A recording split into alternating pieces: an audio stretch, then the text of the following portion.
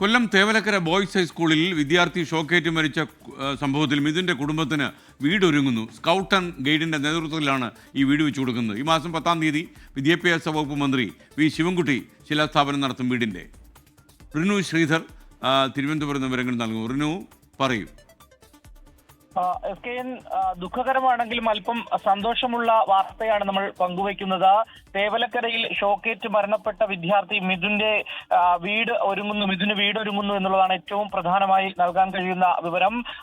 മറ്റന്നാൾ, അതായത് ഓഗസ്റ്റ് 10 ഞായറാഴ്ച രാവിലെ 10 മണിക്ക് ഈ വീടിന്റെ ശിലാസ്ഥാപനം വിദ്യാഭ്യാസ വകുപ്പ് മന്ത്രി വി ശിവൻകുട്ടി നിർവഹിക്കും.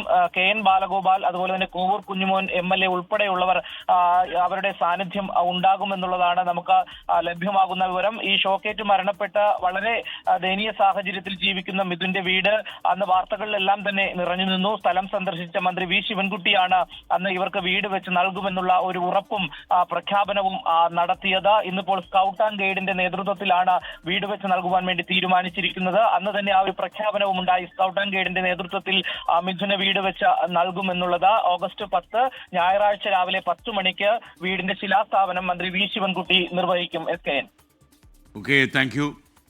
ലോകത്തെവിടെയായാലും ഏത് സമയത്തും 24 വാർത്തകളും ഓഗ്മെന്റഡ് റിയാലിറ്റി പാക്കേജുകളും എക്സ്പ്ലെയിനറുകളും വിശദമായി കാണാൻ ഞങ്ങളുടെ യൂട്യൂബ് ചാനൽ നിങ്ങൾക്ക് സബ്സ്ക്രൈബ് ചെയ്യാം.